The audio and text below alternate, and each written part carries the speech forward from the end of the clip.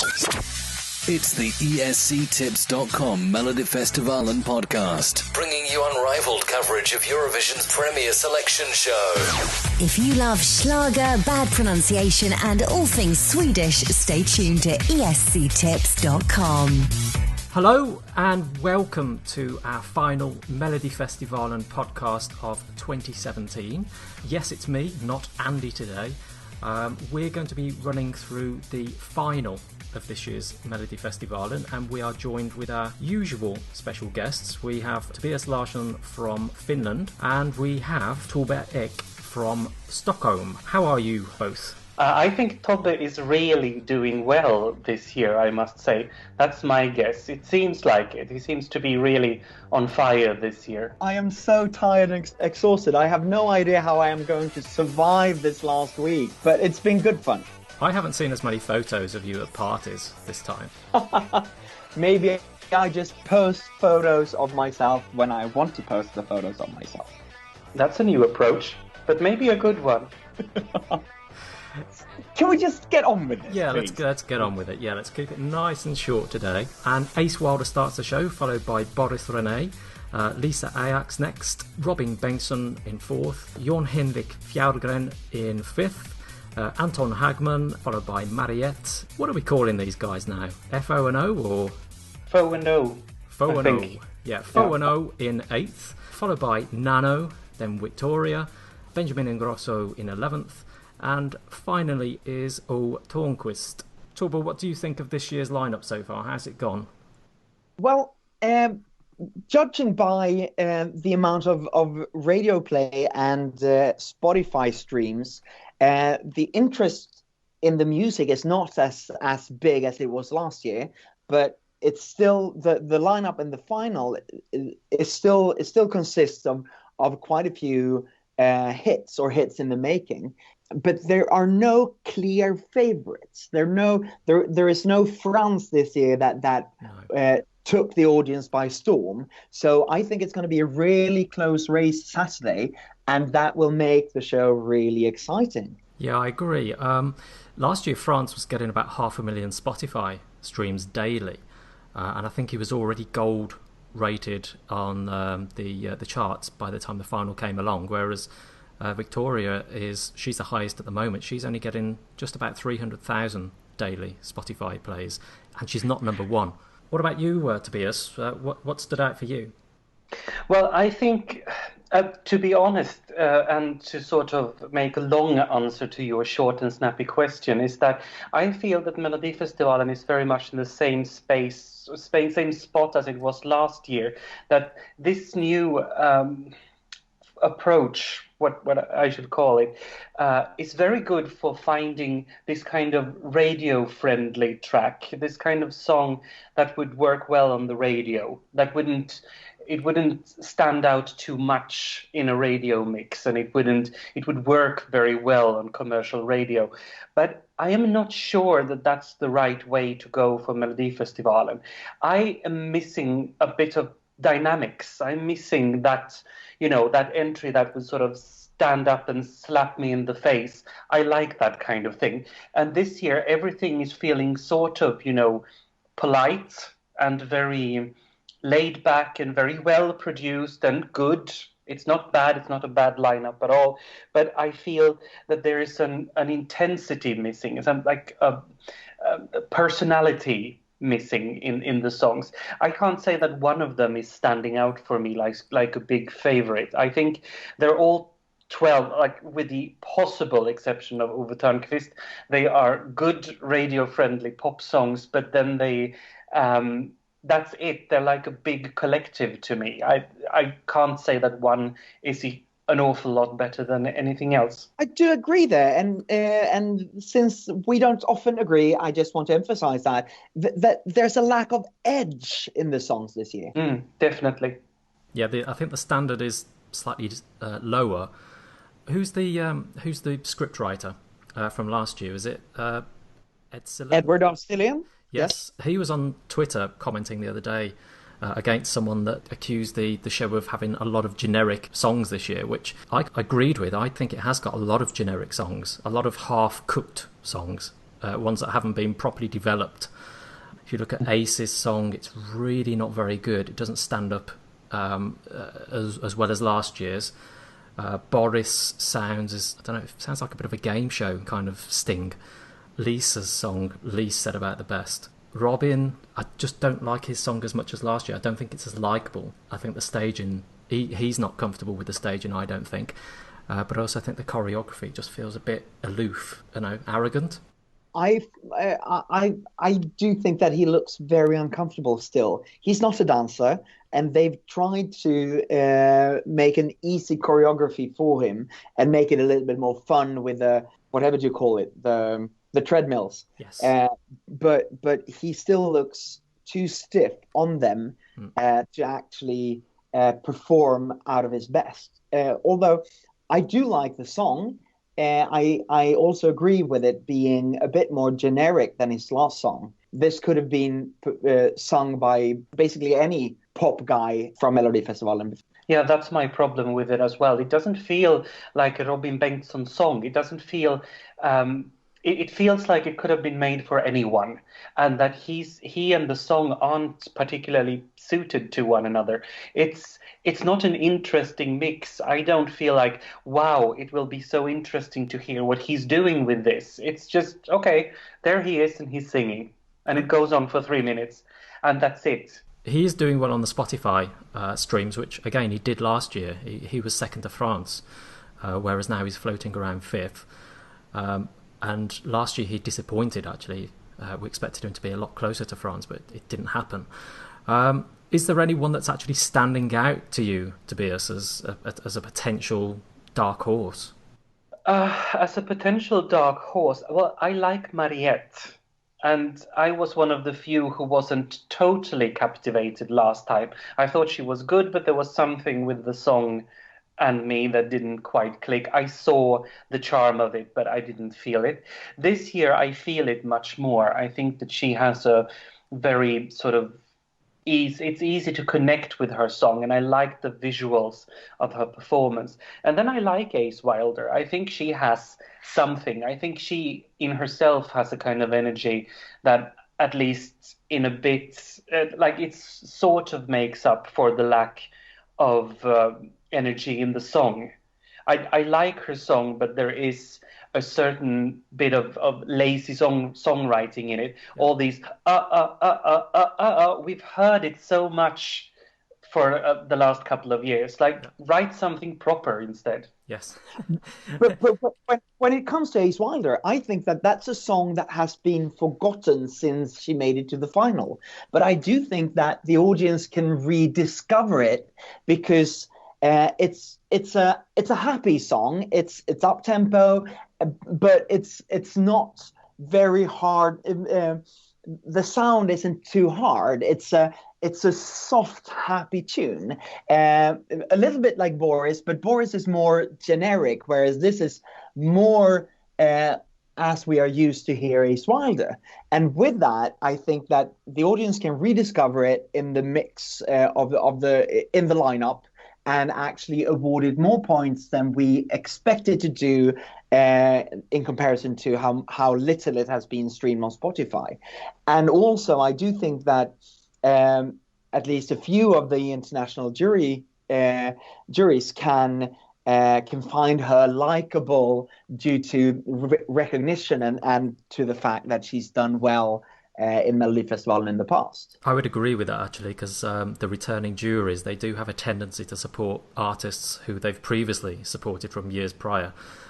I also kind of got to week 3 and thought Ace Wilder's song is very underrated. I know it had drifted a lot in the markets and you could get a very long price on it, but when it came to week 4 and Victoria emerged, it then started to sound a little bit, I don't know, not as fresh as maybe last year's. And I don't think the choreography helps. It's not as impactful, whereas last year she suddenly did very well with the juries, and it shocked us. This year I don't think we're going to get that as much. And perhaps the juries, if you take that in mind, that it might have been Eswalder's show last year that actually appealed to the juries. That might be what makes Mariette get higher points from the jury this year with a stage act that stands out a bit. Yeah, I think so. It's certainly very distinctive, but then that's also then where I think Fjällgren comes into his own, because his stage show it's not necessarily gimmicky, but it's very Disney, very impactful. It's very emotive. I don't know what do you guys think on that one, Tuba?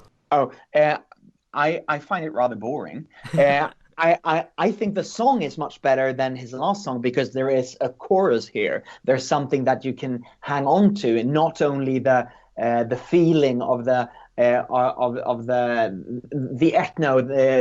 feeling, but that there is actually a chorus as well. But and I think that he also can appeal to the viewers and get high points from that. But I'm not sure that he's actually going to be fighting for victory this time. I don't think so either. I think the big problem with this song is that it's too split into different directions. They haven't made their minds up. Who's the star? Is it Jon Henrik Fjällgren who's the star, and then the other singer is the guest singer, or is she the star and he's the guest singer? I don't feel that this song has made its mind up what it wants to be. I think that's going to push quite a few voters away. I think it feels very half done somehow. It could have been a much better song than it is, but it feels a little bit like a mess. I lose interest before the 3 minutes are over. So that's strange. I suppose as a non-Swedish speaker, I find it more interesting. It's probably because I don't understand the lyrics. But I think from the visual point of view, I think it works and feels more complete than any of the other songs. 100%. You know, Mariette certainly stands out as being visually coherent. But I think Fjällgren's effort, I think it does really stand out. And I think the jury's, bearing in mind they ranked him third last time around, I can certainly argue that they'll rank him higher. Televote, he got second last time. He should really be getting something similar, if not better again. Oh, and I can't really agree with you there. I've read your analysis of this, Gavin, and I don't think that he has the audience this time, even though I find his song being stronger with the chorus. I do think that he might get high points from the juries because they tend to kind of like the Swedishness and ethno feel a bit more than perhaps the Swedish audience would. But I think Sweden has got new favourites this year. So that leads us on to who we actually think could win. Tobias, how about you? Who are you rooting for? I wish I would be rooting for someone, that I would feel very intensely about one of these songs. I feel that there are 4 or 5 of them that could do decently well in Kiev. And, I don't think Sweden is looking at a top 5 this year, but a top 10, that's nice. But I don't feel very much about these songs. I'm not passionate about them. I like Ace Wilder a lot. I like Mariette, mainly for the visual aspect of it. And then I think 2 or 3 others are, fine. I could deal with them, especially as this year is not turning out to be a great year. I was going to say, when you said Sweden aren't top 5, have you listened to all of this year's songs so far? I have. I think there will still be a number of good songs coming in. You're definitely there. Did I lose you again? No. No, you're there. Bugger. It just came in the middle of my excellent speech. Well, anyway, what was I saying? Yes, I'll restart from here.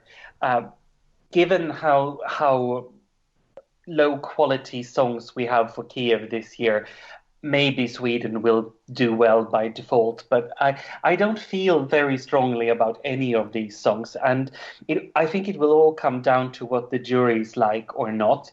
And there we get to one of my problems that I'm beginning to have. Now that the juries have so much power this year, since we came to this conclusion that they get more and more power compared to the televoters. And Isn't it strange that the jury is so Eurovision heavy, that there are so many Eurovision fans on the jury? Isn't that sort of opposite of the point of having the juries? Shouldn't the juries be more, I don't know, musical professionals instead? What do you think about it? I completely agree there. I think this has to do with laziness from SVT. It's easy for Christer to call his buddies around Europe, the head of delegations and people he has worked with during his time in Eurovision, and ask them to put together a jury. And the jury. The heads of the juries are also lazy, so they just they just get their friends together, and there you have a Eurovision fan-based jury from whatever country in Europe takes part. Now, I would say off the record, but clearly it isn't. But your own little hunch, Torbjörn, do you think Christer or SVT has a certain sway with the juries to make sure they get behind a certain song? No. Okay. Actually, so it is totally independent. It is. Christer and SVT always have a talk with all the juries before they get to it, so that he notifies them what SVT want them to do, and what SVT wants them to do is to find a Eurovision winner. That is kind of what he asks them to choose, and it does sway a little bit back and forth in his instructions from year to year. So I can't say exactly what he's going to say this year, but he tends to ask them to choose a fresh, modern sounding song that could be a Eurovision winner. So that, of course, is a way to sway the jury away from traditional Schlager, Melodifestivalen songs from the early 2000s and swing it to the more pop radio sounding songs of the 2016-17. So the Malta representative must always be in the toilet during that talk. Exactly. Or he just doesn't listen. Yeah.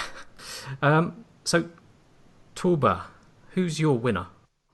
Again, I agree with Tobias. I don't have a winner that I'm rooting for, but we must also remember that I always go for, so who do I want to follow for 2 weeks in Kiev? And remember that when it was Azerbaijan, I rooted for Danny Saucedo and not Loreen, because I thought that it would be more exciting to go to Eurovision with Danny than with Loreen. And I was, of course, completely wrong. This time, I think that going to Kiev would be most exciting with somebody like, for example, Mariette, because Mariette is openly homosexual, and being that in a country like Ukraine could be very, very interesting. She's also not afraid to take a stand, to voice her opinion, whereas most of the other artists tend to aim for being very likable, but that also means that they don't take any stand whatsoever in any question, but always try to stay neutral, and that also makes them boring. And my second favorite when it comes to be in Kiev work-wise, working and covering an artist, that would probably be Ace Wilder, because she's the one that has done Melodifestivalen the most times. So the Eurovision fans would probably like her a lot in Eurovision. So there would be a lot of things happening and going on around her if she would win. And it would be a lot going on around her in Kiev if she were to win. But I don't think that neither Ace or Mariette will be the winner. I do think it's much more likely that it is somebody out of Victoria, Robin Bengtsson, or Nano. And it kind of all gets down to, does the jury have a clear favorite this year, or will their votes also spread out as we expect the people's votes to do. Yeah. What's the feedback at SVT about this app vote and the effect it's having? None whatsoever. They pretend they don't understand, or maybe they don't understand statistics. Yeah, it's a little bit weird. I mean, it was good last year because it made the voting so much more tense and so much more interesting, and that is a clear aim. I mean, they are aiming at making the show as exciting as possible. But I mean, what happens if it's so even and so tight? What if, the song that ends third in the televote wins, or something like that? Or the song that ends sixth in the televote wins. Yeah. If the jury have a clear favorite, whereas the audience does not, because they let their kids vote for every song, or at least for 5 or 6 songs, and give them the maximum points, then it might just as well be that a song that ends number 5th in the televote gets the winning score from the jury.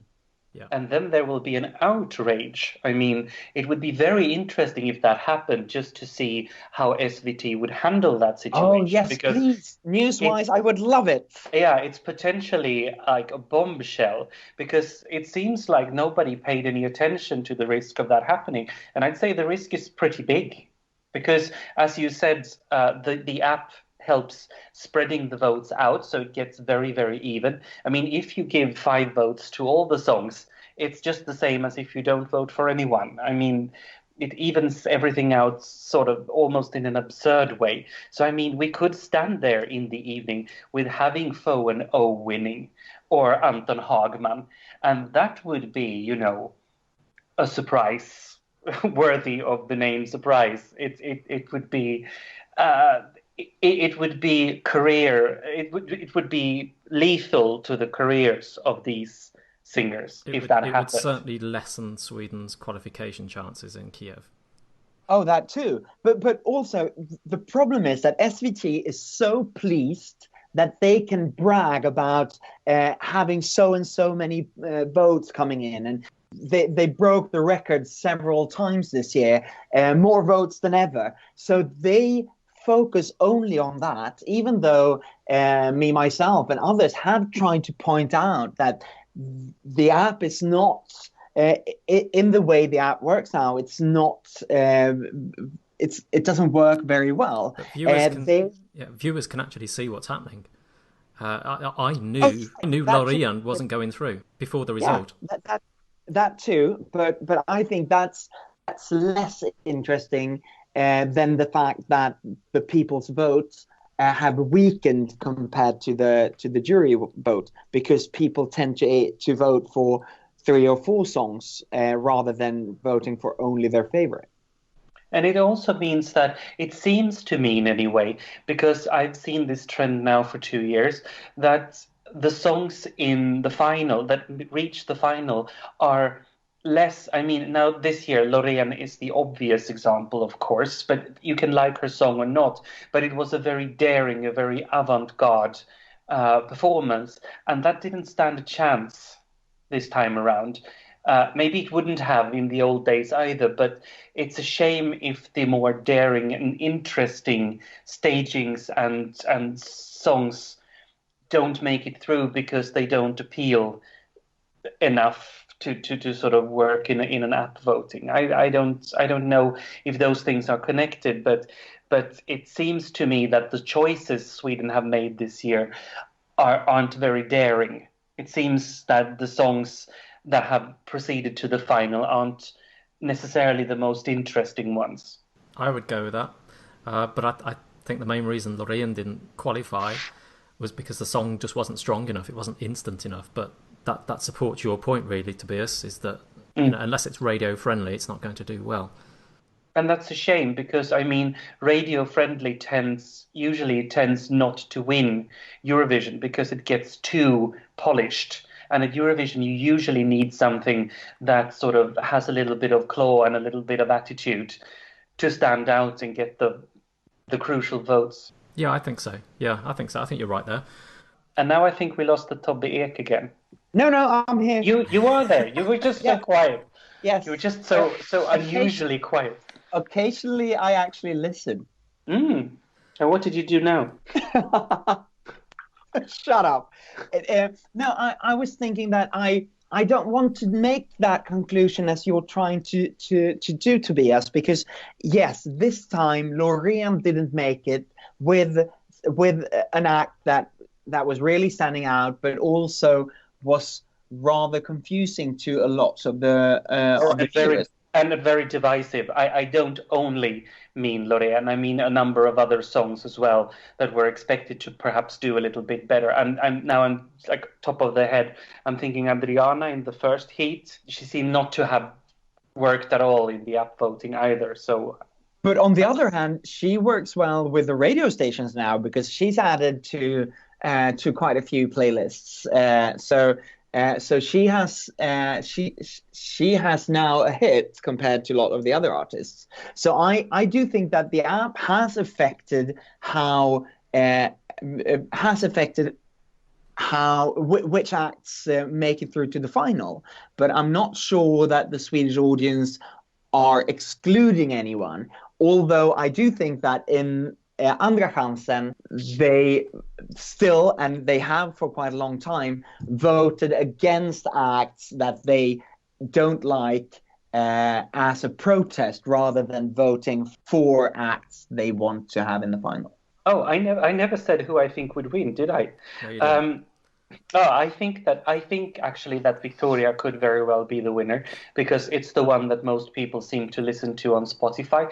I liked her song a lot on the first listen, and then it sort of fell together for me like a souffle or something, like wonderful when it comes out of the oven and then suddenly all the air goes out and then there's something flat there on the table. And for me, it does nothing. It lacks in energy. It lacks in personality. I like her, but I don't think she projects a lot of herself. I think she is the winner, but I don't think it's a very good choice for Sweden. I think it's probably the best of a bad bunch. I actually quite like the song. It's more instant than last year's, while I don't like the staging. And as you point out, you don't think she's able to project. I think as soon as they modernise that staging and put her in a slightly younger dress, I think she will look a lot more like a Eurovision top 5 entrant than an also run. I think it's already been added to the UK playlists as well, so on Spotify that is. That's come through today. So I think it's potential it could go quite viral, not to the level of France, but I think it could get a lot of play and it could score quite well in May. Then, of course, it would be a bombshell also if Ove Thörnqvist would actually win it. We haven't even mentioned this That would here. be amazing. But the juries will keep it down, surely. But I mean, what if he wins the televote, for instance? I mean, nobody thought he would go through. And what if he wins the televote on Saturday? Yeah. Where will we go from that? That won't happen. Oh, but that would very much change which songs get entered to Melodifestivalen next year. You would have much more of the standout songs next year than Tobias. Which would be excellent in a way. I don't necessarily want them to stand out in this way, but it would be a surprise and it would be great entertainment. Yes, very much so. And I would love to go to Kiev with Ove Thörnqvist.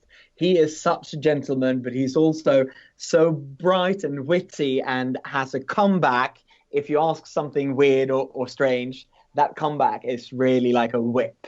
So I would love for him to go to win and go to Eurovision. But I do also feel a bit reassured when you mentioned, Gavin, that Victoria has been added to UK playlists on Spotify now, because I do think that she might very well end up as the winner. And as long as Christer and, well, not Christer, but whoever is head of delegation, that would be Marie Rydberg is the Swedish head of delegation this year. As long as she just completely overturns and changes everything of the staging and the outfits and stuff, that might actually do well. She needs to. It's a top 5 song in the making. It's just not finished yet. But that's also a little bit of a risky thing, because usually we've seen that the songs that have a solid packaging already in the national final tends to do better. at the international final as well. But when they reshape everything and have to redo everything, it's much more loose ground somehow when you get to the international final. I don't like the idea that, we have a winner, but we have to totally change it for it to be able to go anywhere. I think that's a little bit of a risky choice as well. And for Melodifestivalen, maybe the package needs to be in place already in Melodifestivalen in order for the Swedish audience to embrace it. It should be, yeah. But I still think she's the winner. Good. And on that bombshell, I think we finally agree. Anyway, that's it, chaps. The final is on this Saturday. We all seem to think it's going to be Victoria. If, of course, you differ in opinion, please feel free to share your opinions on Twitter or where this podcast gets published on the ESCtips.com. It's also on iTunes now, so you can subscribe to us there. So until we start podcasting in April, ready for Eurovision, we are signing off and saying goodbye. Before then, I'd like to thank Torbjörn.